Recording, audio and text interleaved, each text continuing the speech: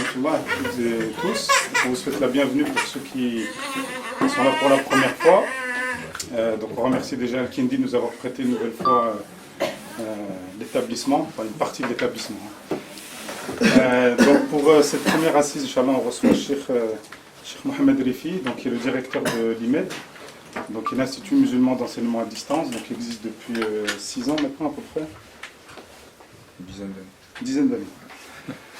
Donc il fait partie de la Maison des Savoirs qui est présidée par Cheikh Zakaria. Donc pour ceux qui ont des questions après sur cette partie-là, on vous laissera voir avec Cheikh Mohamed Hicham. Donc il est aussi diplômé d'un doctorat, c'était sur le sujet des femmes dans le Coran, le récit des femmes dans le Coran. Voilà, je n'aurai pas plus de détails, vous le connaissez certainement pour la plupart. Donc cette assise, comme on vous l'a expliqué au début d'année pour les nouveaux notamment, mais je le rappelle pour les anciens, que la réussite des enfants dans le cadre du projet Al-Qur'an, c'est 3 parties essentielles, donc c'est les parents, les enfants et les enseignants à travers Al-Qur'an. Donc il y a 2 types d'assises, celles qui sont destinées aux enfants, uniquement aux enfants, et celles qui sont destinées aux parents. Et donc celle-ci, donc ce sera la première, Inch'Allah, destinée aux parents, il y en aura d'autres pour les enfants, Inch'Allah.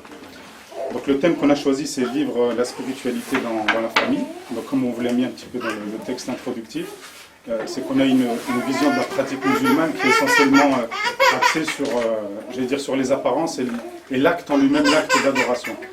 Et en termes de profondeur, on a un petit peu du mal à éduquer nos enfants, dans le sens d'éduquer et pas d'instruire.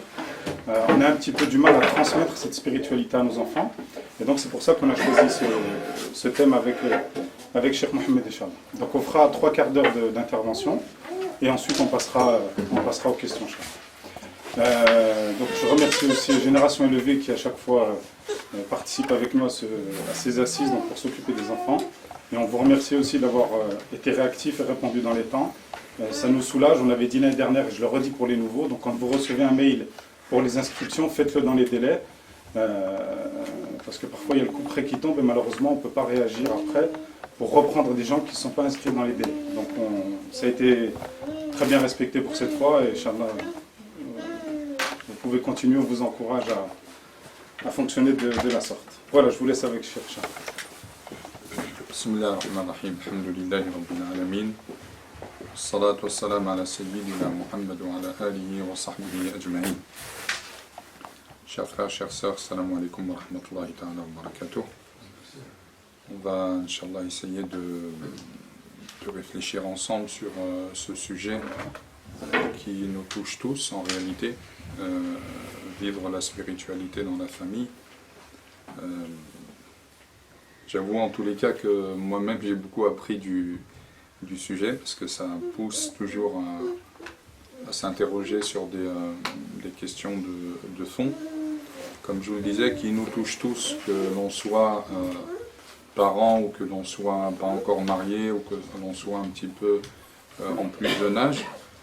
Parce qu'évidemment la famille, c'est le noyau principal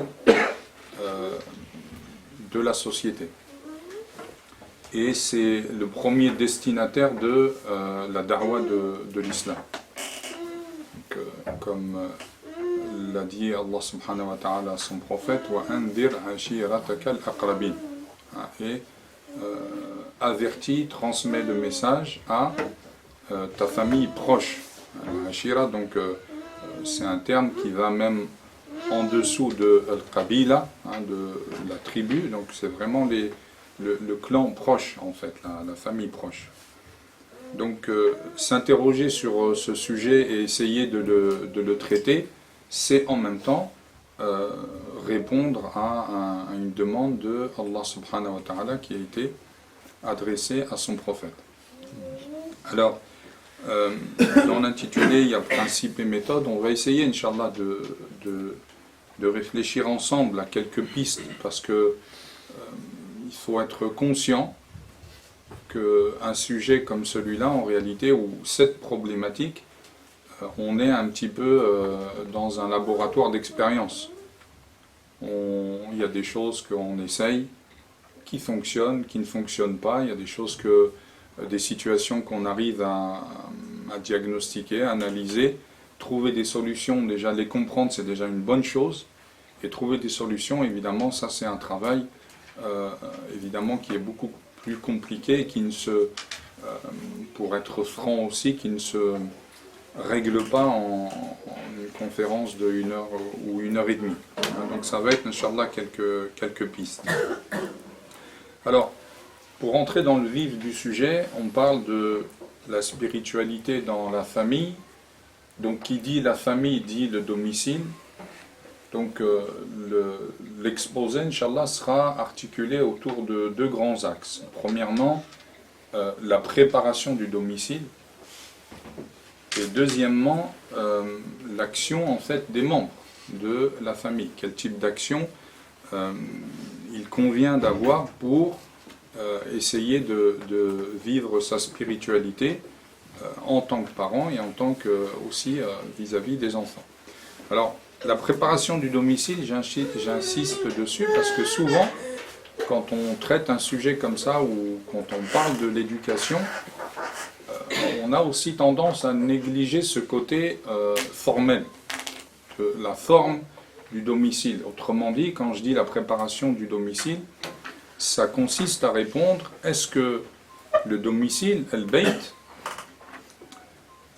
c'est un endroit propice à la spiritualité? Parce que parfois, évidemment, on peut être assidu, on peut être fervent dans l'adoration, on peut mener, je dirais, faire des gros efforts chez soi, mais on a un domicile qui n'est pas propice à ce que ces gestes portent leurs fruits. Le premier point dans la question du domicile, il faut que ce domicile soit un lieu de sérénité. Allah subhanahu wa ta'ala nous le décrit dans le Coran. Wallahu ja'ala lakum min buyutikum sakana. Allah a fait de vos demeures sakana, donc un endroit de sérénité. C'est pourquoi on appelle le maskan en langue arabe, le domicile. Ça vient du verbe sakana qui veut dire en fait se stabiliser, se tranquilliser. On parle de sakana al-ma'u, l'eau se stabilise, se tranquillise. D'où al-maskan, le domicile, parce que la personne, quand elle rentre chez elle, elle est censée se tranquilliser, essayer d'y trouver une certaine sérénité. Donc la première question évidemment qu'il faut se poser, est-ce que le domicile a les caractéristiques d'un endroit où on y trouve une certaine sérénité? Quand je dis ça, évidemment, ça revient à s'interroger sur vraiment des choses. Là, je parle vraiment d'un point de vue formel. Je ne parle pas sur tout le reste. On y viendra par la suite. Autrement dit, est-ce qu'il y a un certain confort chez soi? Alors, quand je parle de confort, je ne suis pas en train de parler de luxe. Je parle de confort. On peut avoir un endroit très luxueux, mais ne pas y trouver sa sérénité, comme on peut avoir un endroit très modeste et y trouver sa sérénité.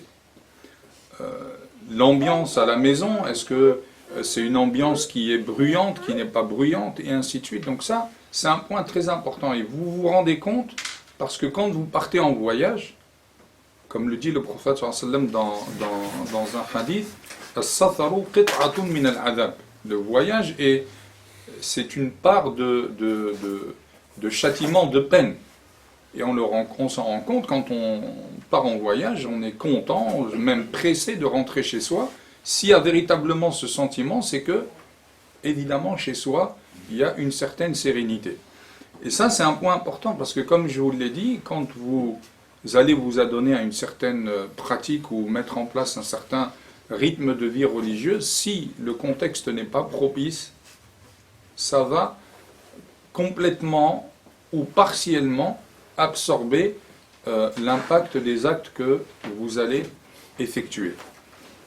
Donc ça, c'est le premier point, la sérénité du domicile.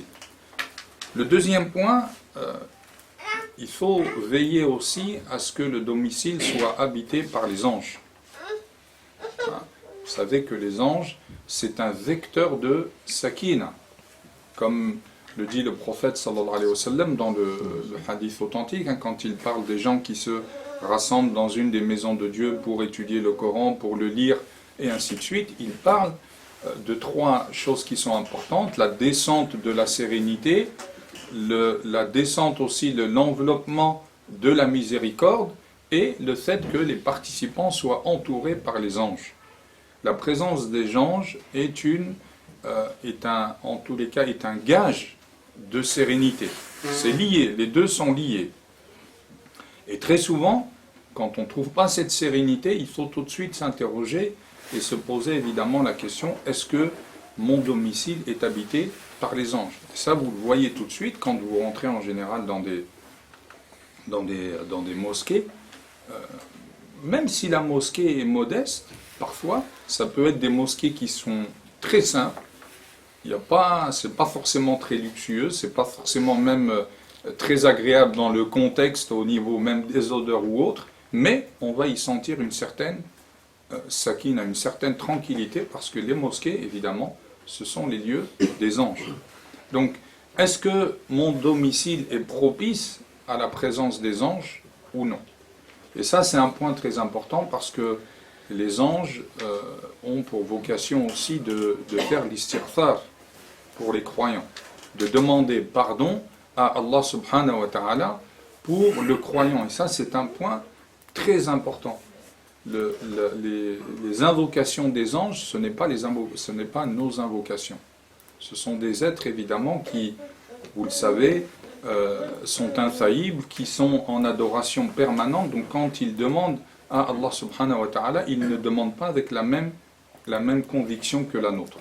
Donc attirer les anges chez soi, c'est en même temps attirer leur faveur, la baraka qu'il y a dans leur présence.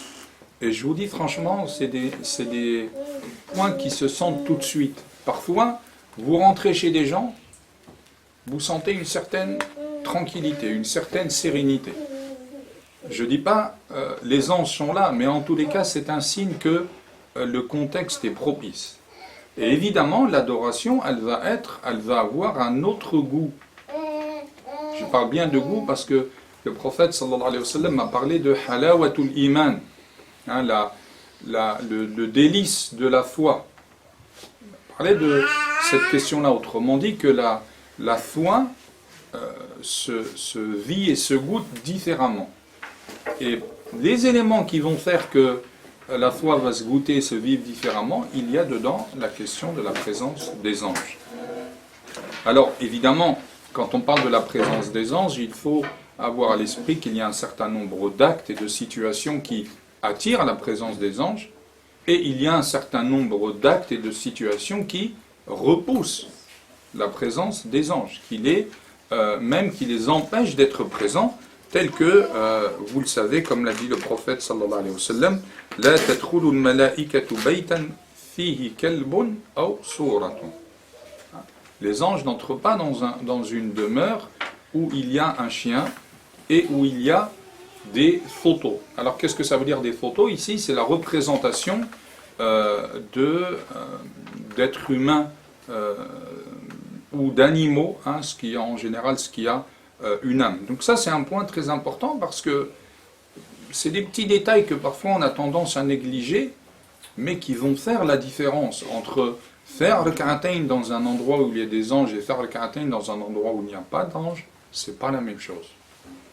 La présence des anges va favoriser le recueillement, va donner plus de qualité à l'adoration.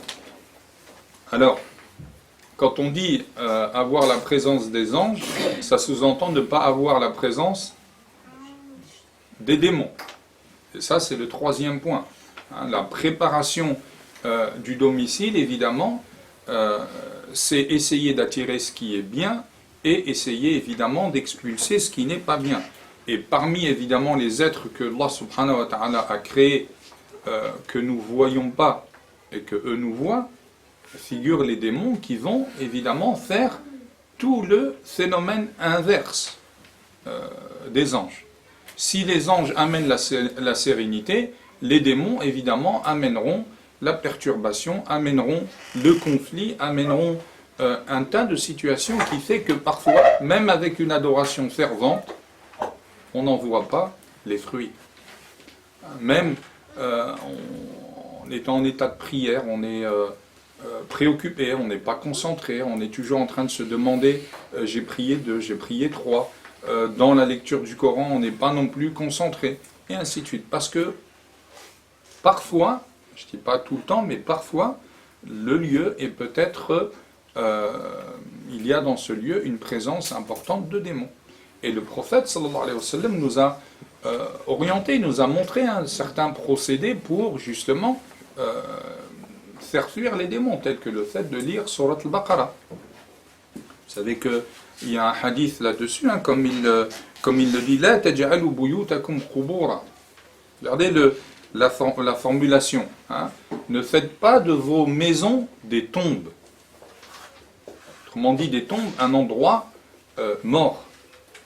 Et la tombe, même en même temps, c'est un endroit qui fait peur, qui repousse, où on n'a pas forcément envie de rester longtemps. Hein. Inna ash-shaytana yanfiru min al-bayt